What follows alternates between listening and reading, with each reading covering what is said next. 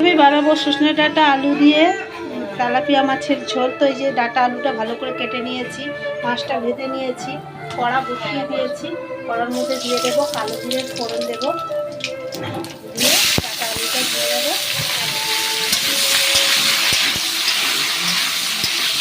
দিয়ে ভালো করে ভেজে নেবো। এর মধ্যে পরিমাণ নুন দিয়ে দেবো, পরিমাণ হলুদ দিয়ে দেবো। দিয়ে এটাকে আমি কিছুক্ষণ ধরে নাড়াচাড়া করতে থাকবো।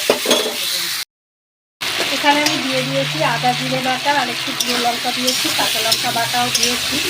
এবার আমি এটা বেশ সুন্দর করে কিন্তু কষিয়ে নেব। যতক্ষণ না এটা থেকে তেল ছাড়বে ততক্ষণ আমি এটাকে ভালো করে কষিয়ে নেব। কষানোটা আমার কিন্তু হয়ে গেছে। এর মধ্যে জল দিয়ে দেবো।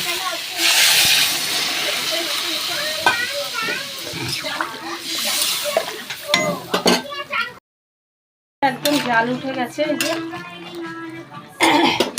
এবার মাছগুলো সব দিয়ে দেবো। এখন গরমের সময় এরকম পাতলা ঝোল খেতে জ্যান্ত মাছের তো খুবই ভালো লাগে। তো মাছগুলো আমি দিয়ে দিলাম, দিয়ে আর একটু ফুটতে দেবো, দিলে আমার হয়ে যাবে।